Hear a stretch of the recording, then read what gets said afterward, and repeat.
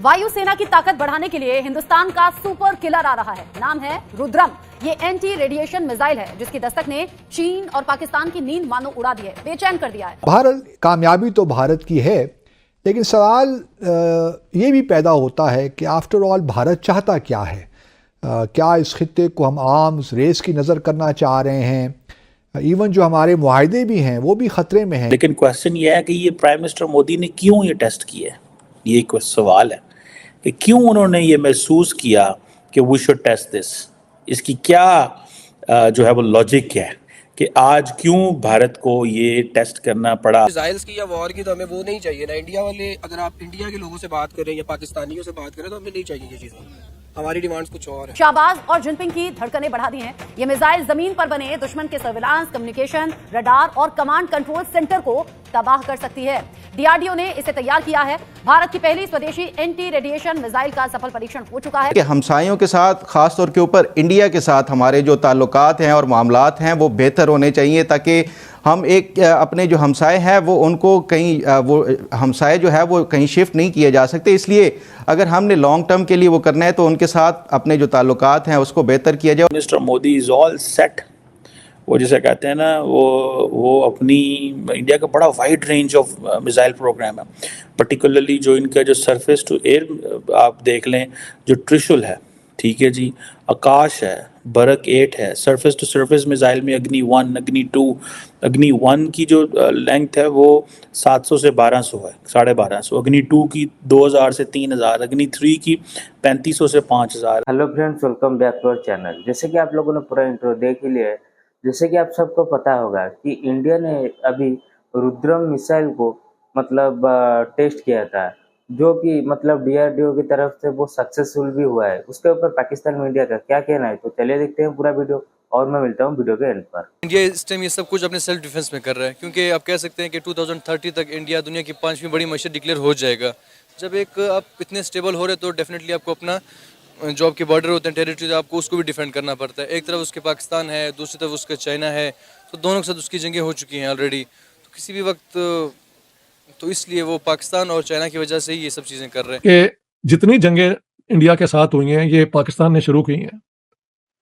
अफगान जिहाद ख़त्म होने के बाद सारे वो जो एक्सट्रीमिस्ट ग्रुप्स थे उनका डायरेक्शन इन्होंने इंडिया में कर दिया, इंडियन कश्मीर में, और वहाँ से ही कई टेररिस्ट अटैक बॉम्बे के अंदर हुए। एक तो मशहूर है ना, जो 26 नवंबर 2008 का है।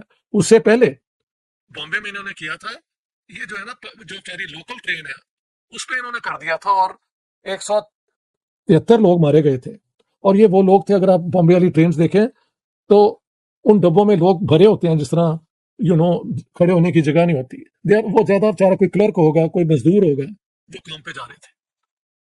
अब ये सारी हरकतें जानते हुए, वो तो आप लोगों ने देखा ही था कि पहले जिनको हम फ्रीडम फाइटर कहा करते थे, अब वो हमारे लिए टेररिस्ट हैं। यानी कि जो जनरल परवेज मुशर्रफ ने कहा था अपने इंटरव्यूज में, अपनी बुक में, कि जी हाँ जी, हमने जिहादी तैयार किए कश्मीर के लिए, हमने जिहादी तैयार किए फलस्तीन के लिए, और इसी तरह की कई बातें उन्होंने कही थी, और अपने इंटरव्यू में भी और उसके बाद बुक में भी, और यही नहीं कही और दूसरे लोगों ने भी कही। अब जब वही लोग आकर हमारे ऊपर, हमारे सर के ऊपर फटने फुटने शुरू हो गए हैं, तो हमें अचानक से याद आया कि ये तो टेररिस्ट हैं। रोज ही हम ये न्यूज जो है वो टीवी पर और कई जगह सुनते हैं कि जी आज इतने टीटीपी के लोग मार दिए, जिनको अब फितना उल ख्वारिज का नाम दिया गया है, और कहा जाता है कि कभी 16 मार दिए, कभी 12 मार दिए, और डेली बेसिस पर उन्हें मारे जाने की खबरें जो हैं वो आती रहती हैं। लेकिन यही लोग हमने ही तो बनाए थे, तहरीक तालिबान पाकिस्तान।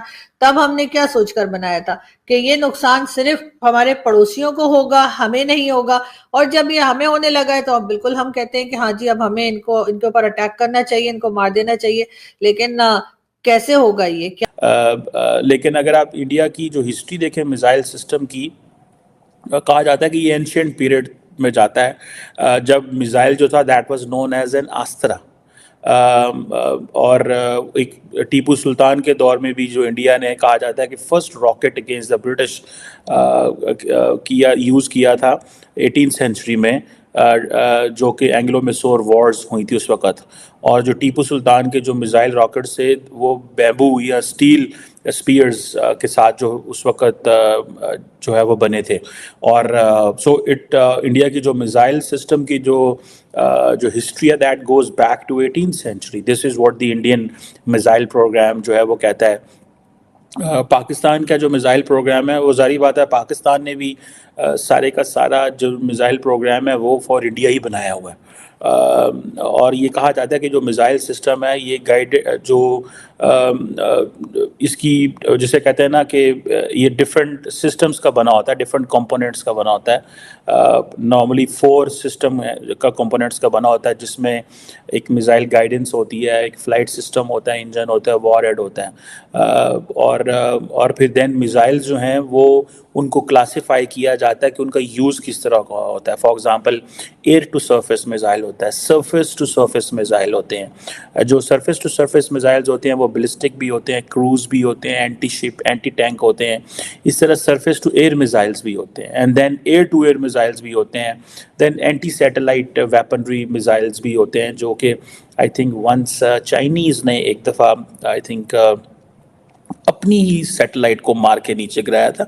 ये पुरानी बात है, when Americans were going for the space weaponisation की उस वक्त बात चल रही थी। इंडिया रिएक्ट करता किया नहीं, बहुत साल किया नहीं उन्होंने। वहां पे शरीफ लोग थे हुकूमत में। आपको पता है कि पाकिस्तान की जो एंट्री यूनाइटेड नेशंस में हुई है, प्रपोजल इंडिया की तरफ से गया था। 1950 में कश्मीर का झगड़ा भी इन्होंने शुरू करवा दिया था, वहां पे सो कॉल्ड मुजाहिदीन भेज के। ये सारा कुछ everything is there on record in my book Pakistan the garrison state. ये इंडिया ने तकरीबन इसके 7 डिफरेंट ट्रायल्स किए हुए हैं, और 5000 कैपेबिलिटी के साथ तमाम ग्लोबल प्लेयर्स को ये टारगेट कर रहा है। So going in Europe, what does this mean? ठीक है जी, गोइंग टू, आपने यूरोप क्यों जाना है? यूरोप में तो इंडिया का कोई थ्रेट नहीं है। अब पाकिस्तान फॉर एग्जांपल जब मिसाइल प्रोग्राम बनाता है तो नॉर्मली किसको ज़हन में रखता है? Always there is a question, why we need a missile program, and if we need a missile program, who is हमारा टारगेट कौन है? who is our target? हमारा टारगेट इंडिया होता है। सो हम 25,000-300,000 किलोमीटर पे जाना चाहते हैं, ताकि यार अगर मैक्स जाना पड़े तो आप you go to the south of India, कि इंडिया का जितना रकबा है वो सारा हमारे प्रोग्राम जो मिसाइल प्रोग्राम है वो कवर करे। सो इंडिया ने ये अपने जो 7 ट्रायल्स किए हुए हैं, और फिर ये पैगाम के एशिया, यूरोप, अफ्रीका तक जाता है। So it's not just China. So when you go for इस तरह, तो एक उसकी होती तो है ना आपको वो, एंड देन फिर आप किस एलीट क्लब को ज्वाइन करते हैं।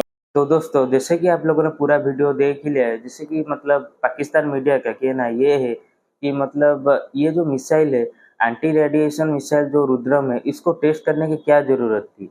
मतलब उनका कहना ये है कि मतलब इंडिया तो अभी तो फिलहाल जितना डेवलप कर चुका है, उसके बाद भी ये क्यों कर रहा है? उनके अंदर मतलब खौफ पैदा हो गया है कि चीन और पाकिस्तान का क्या हालत होगा। तो दोस्तों, वीडियो को लाइक कीजिए, चैनल को सब्सक्राइब कीजिए। ऑल ऑन मिलता हूँ अगले वीडियो में। जय हिंद।